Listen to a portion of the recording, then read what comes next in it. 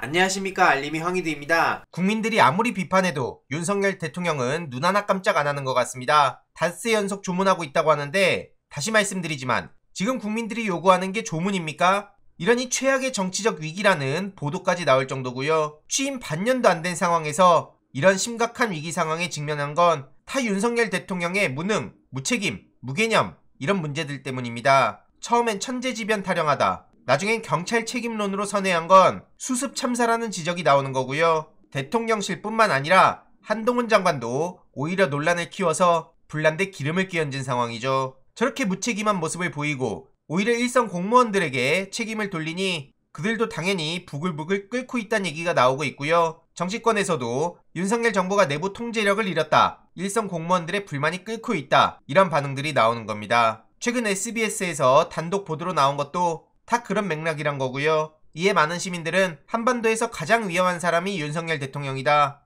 얼마 전까지만 하더라도 선진국이었는데 어떻게 갑자기 이렇게 몰락할 수 있냐, 이런 반응들이 점점 더 커져가고 있고요. 행안부에선 이태원 사고라고 표현하라고 아예 대놓고 공문을 보낸 게 드러났습니다. 글자 없는 검은색 리본을 착용하라고 강요하기도 하는데요. 이해로도 김건희 씨의 팬클럽 회장이었던 강신업 씨는 노골적으로 민주당으로 화살을 돌리고 있습니다. 용산서장과 문재인 전 대통령을 엮어서 빨갛지도 않은 선동을 하고 있고요. 정광훈 씨는 북한 공작 타령하고 있습니다. 아니, 이걸 보면서 느끼는 건 그 누구보다 머릿속에 북한으로 꽉 찬 사람이란 생각이 들지 않습니까? 저건 그냥 인간으로서 개념 자체가 없는 거고요. 게다가 정미경 전 최고위원은 마찬가지로 문재인 정권 책임이라고 하고 있는데요. 국민의힘 내부에서도 기조가 정해졌다고 볼 수밖에 없습니다. 이러니 또 문재인 정권 탓하냐? 라는 지적이 나올 수밖에 없는 거고요.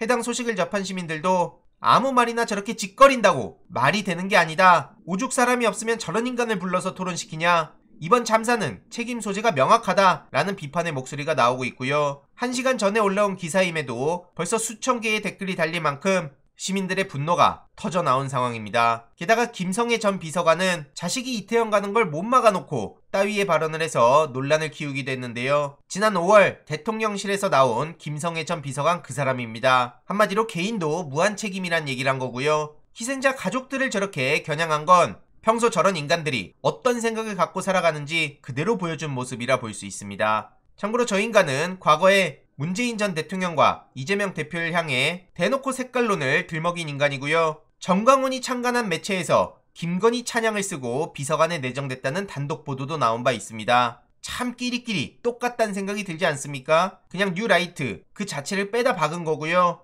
시민단체 대표 땐 공금 횡령으로 벌금형 선고를 받은 바도 있습니다. 이에 대해서도 엄청나게 많은 비판의 목소리가 이어지고 있습니다. 당연히 이런 반응이 나올 수밖에 없는 거고요. 어떤 반응이 나올지 뻔히 알면서 저런 헛소리를 끄적이는 건 그저 국민들을 우습게 알기 때문 아니겠습니까? 지금 친일 논란이 계속해서 불거진 상황 아닙니까? 김성애 전 비서관 같은 사람 말고도 김태효 등등 누구보다 일본 정부를 열심히 대변해준다고 해서 안 그래도 많은 국민들이 분노한 상황이었는데, 최근 이종석 국방부 장관도 이 전범기와 자위함기는 다르다 이렇게 해명을 했다가 엄청난 역풍을 맞았습니다. 이에 탁현민 전 비서관은 한심하고 참담하다고 비판했는데요. 2018년 우리 국방부는 이와 똑같은 사례 때문에 청와대와 함께 대응 방안을 논의했는데 왜 2022년 국방부는 이런 황당한 소리를 하고 있냐, 이런 따끔한 지적이 나온 겁니다. 어떻게 국가의 입장이 이렇게 가벼워진 건지, 왜 이렇게 한심스러워진 건지 이런 비판을 안 할 수가 없는 거고요.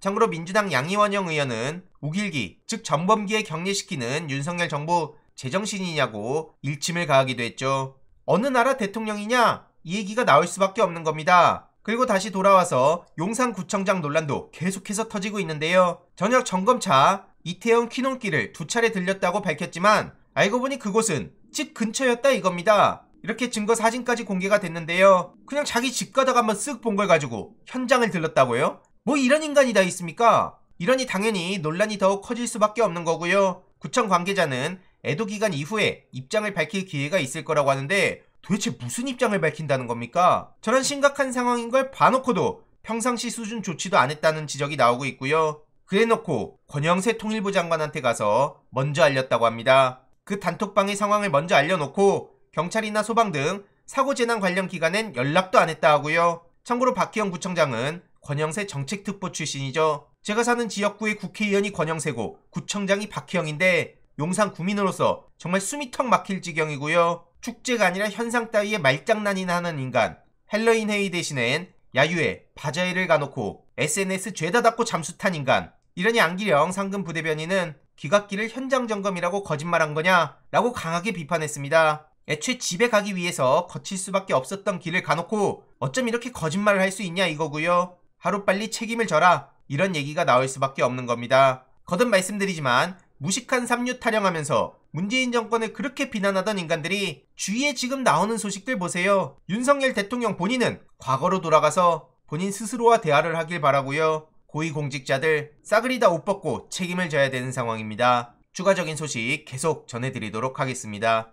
이번 내용도 유익했다면 구독, 좋아요, 알림 설정, 멤버십 가입 정말 큰 힘이 된다는 점 말씀드리고 싶습니다. 이번 내용도 주위에 널리 공유 부탁드립니다.